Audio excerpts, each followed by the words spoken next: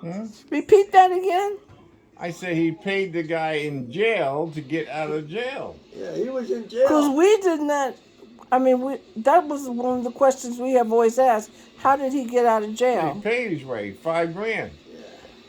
$5 grand in the 1928, 29 was a lot A of lot money. of A money. Yes, lot of it money. did. It A was lot like of. it was like 50,000, 100,000 How much did now. he pay? 5,000.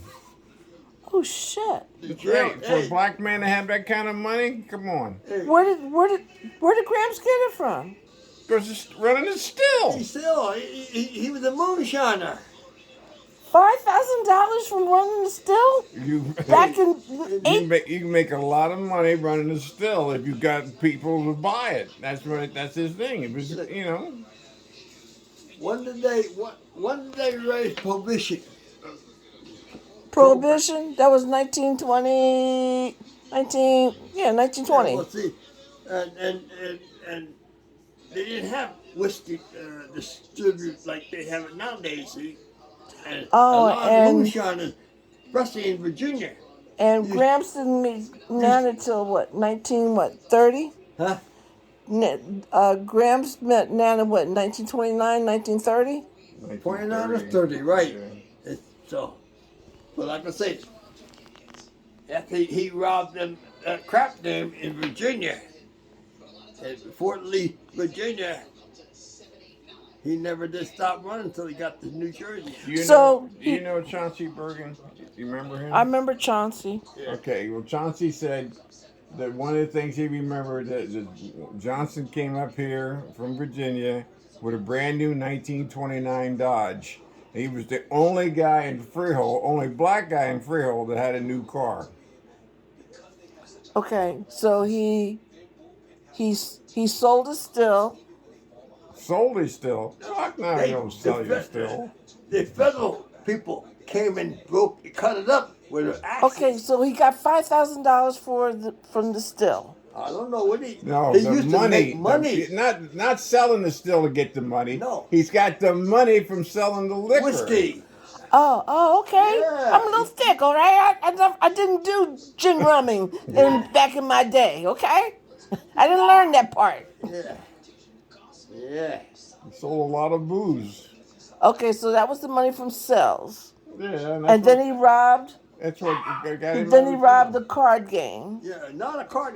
They were shooting dice in it in the Well, woods. so he robbed the dice game, Yeah. We said he got and he tired of paid off the sheriff. Is that it? No, he paid off the money with the money from the still. the shill. And he paid the sheriff, Yeah. Yeah. and he took Bought off. his way out of jail. You know you can't do that. Yeah, Look, you nobody. couldn't do it back then. White people didn't care about black people, and if a black guy would kill somebody, that's just so what? We're no big deal. They left the cell jail open for him to walk away from That's the it. bottom line. There was no. We're no Yeah, big deal. y'all knew all this stuff and all those questions. I remember us asking way back when. Y'all never said nothing. Yeah, but you don't understand. Y'all let us believe all that knucklehead stuff. The era of that time was black people killed one another, and it was no big deal. You know. Yeah, but you didn't tell us this when we were Well, younger. you don't want to know that. You don't want We to know were that. in our 30s when we asked these You don't wanna know questions. that. No. See, because like In I our said, 40s we asked these questions. Do you know? I never told Sharon or Bobby about him. Yeah, you know how. And think about it. You know how embarrassing it is to think that a black life was so worth so little that you could kill it and go about your business. Oh, I think it was The terrible. white people killed them all the time and went about their business. They didn't worry about stuff like that. White people could had that entitlement. Sure, They thought. You know, there was a guy lynched in Freehold back in the 1950s, and nobody was made a recent. big deal about it. He was the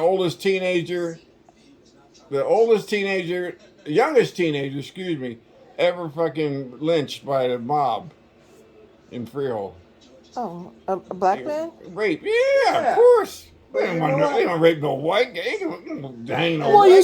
said the mob, so the But mob, they ain't gonna hang no white guy. Will you the get out mob, of here? the mob They cut up people. No, They no, ain't no, hang wait. That's different. It was the that's the Ku mafia. Klux Klan that did it. It was the Ku Klux Klan. And Oh, so you do believe in the Klan? Oh, of course yeah, you do believe in them. there were clans here in Mama Wait a County. minute. Yeah. My own father-in-law was a Klan member. As a matter of fact, he was the head of the Klan in Jamesburg. Yeah, I remember you telling me Hey, that. hey, look. Right. Heck, I don't know if you're. Ronnie I'm might trying know. to get an education now. Come on. Ronnie might know. I don't know if he does it, but when Pop come to Frio, finally he lived in Trenton, and then he came to Frio. Him and a guy named Buddy Davis, Real light-skinned black guy. favored one another, and they was both light. He went to a couple class meetings down behind where we lived on Institute Street. There was a wooded area. He said, I attend several of the Klan members as a Klan, put a sheet on, and Buddy Davis and I would go down to those meetings. Because they lived right on Institute Street. It's Institute Street, yes indeed. So what did the three of y'all ever do together that was so outlandish? Us? Yes, the three of y'all. Nothing. I never did anything outlandish. No. Are you kidding me? You never did anything outlandish. No, not really. I'll tell you the most outlandish thing I ever did. And it's after I got out of service and I started working for the state of New Jersey. I'm not talking about then. I'm talking about when you was younger. Did you do anything outlandish when you was young? No. Only thing you did was graduate and join the Air Force. That's right. And all you did was I played graduate and sport. join the Air Force. Him and I, Ronnie played baseball too, didn't you? Of course he played baseball. I know you didn't say that. Softball. I He played played softball. See. Well, I- to me, baseball is baseball, so I know. I played baseball, see. And There's not a difference. Well, I you started shut out up. playing the outfield. Mr. Stoneback moved me to third base. He moved me from third base to be a catcher. Okay. And I played three positions in one game all at one time, see. Okay. Now, when was this? In high school? Yeah. Did Daddy play with you? Yeah, me and Ronnie, Ernie, he was a pitcher, and I was a catcher. I didn't know my father was a pitcher. Oh yeah, he I always thought he played either left or center field. no, I never knew that. look, He might have played softball in the outfield, but Yeah. he pitched in high school. he was a pitcher in high school, and I was a catcher. I didn't know that. Yeah, and he had a good ball. You know, he could throw a good ball. That's the thing. Oh wow. Never knew that. Another baseball pitcher. We had it like, yeah, he was our bat boy. Ronnie was our bat boy, and we was in Emleystown playing a game. Mm-hmm. A guy named Adam Atonowich. Mm-hmm. He threw a no-hitter. I caught the game without a mask and a chest protector. He threw a no-hitter on this ball game. He had his brother name was George Atonowich. George was the center fielder. Okay. And I'll never forget it. And sometime now I stop and think, damn, that guy had such a fast pitch. If I didn't catch it, it would have hit me in my face, and I ain't got no face protection on. Okay, so this was you and another pitcher. Yeah. Ernie was a pitcher, and Adam Atonowich was a pitcher. Adam was a And y'all played on the same team. Oh, yeah. We had played because I was the owner and manager of the team. Oh Hey, Lord, I didn't even know that one. And this game, the game I talk about, the no-hitter, was pitched up in Robbinsville, New Jersey, Route 33, in where?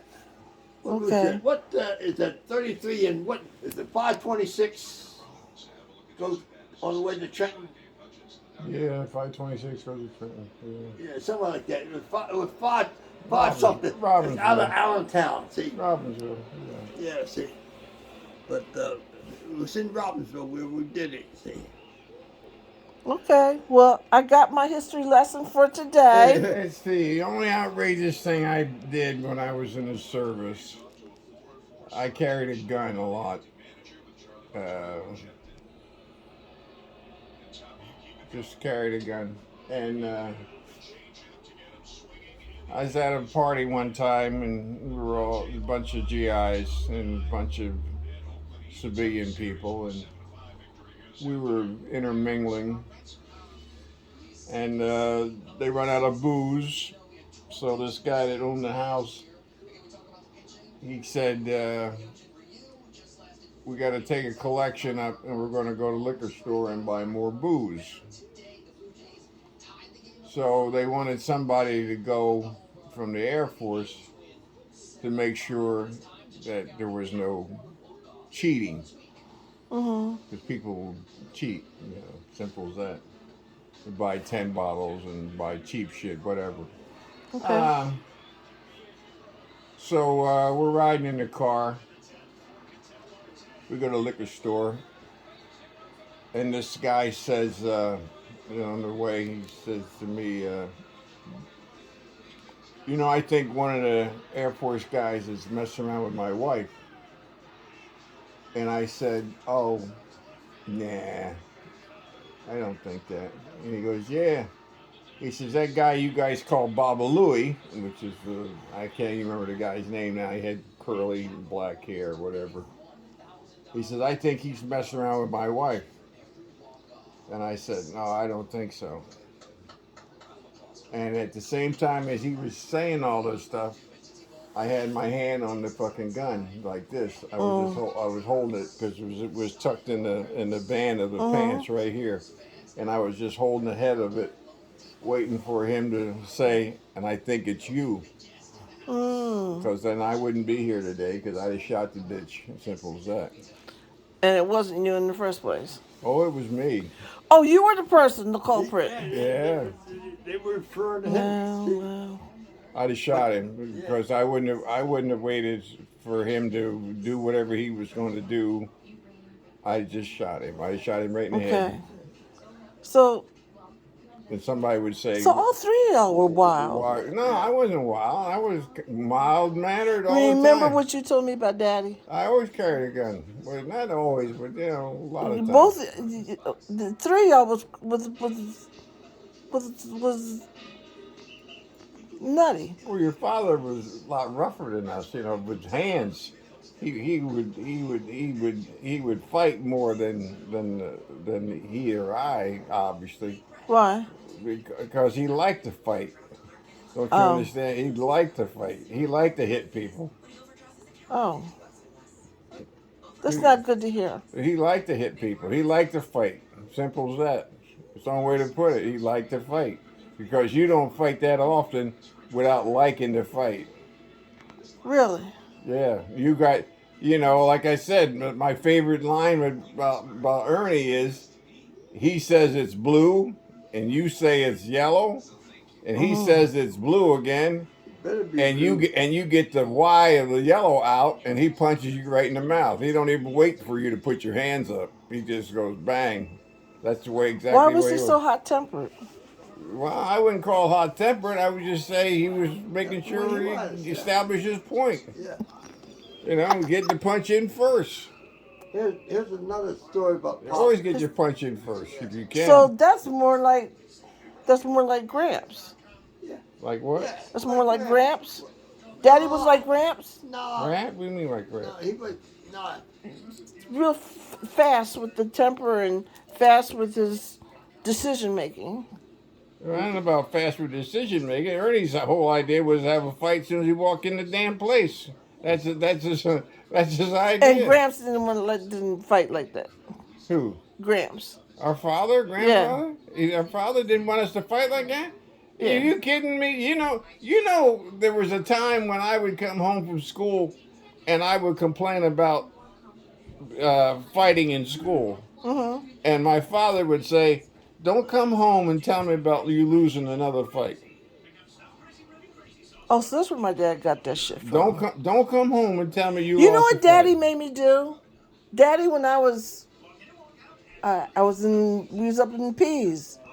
Boy that lived down next to us, threw a shovel at me, cut me over my eyebrow, and then told me if I ever came back in the house again, crime because this boy hit me or cut me or did anything to me, he was going to beat my ass. And I had to sit up there and kick this boy's ass to the point that I had him on the ground. And they told me I was banging his head up against the cement. And mommy wanted to come on up there and stop me. And she said that my father wouldn't allow it. He wanted me to kick this little boy's ass. Right, that's right. Well, that's exactly right where it was. I got in a lot of fights in grade school. Is one way to put it. A lot of fights. And even to the part where Sadie came to school a lot and kicked my ass in school Oh, in front of wow. everybody. Ooh, that wasn't fun. That's all right. As soon as she kicked my ass in school, and if it was around noontime, which is usually when she showed up, that meant there was a recess in the afternoon. And I went out in the recess, and everybody that made fun of me or laughed at me, I kicked the shit out of them again. So, you Okay, know, was Nana driving the bus then? no. She wouldn't drive the bus till after I got out of school. Okay, so what did Nana do then? I don't know what she did then. Oh, you was okay. I went to service. All right. Wow. Cool. Did Pop ever tell you about the time him and Buddy Davis went to Georgia? They were driving, he was driving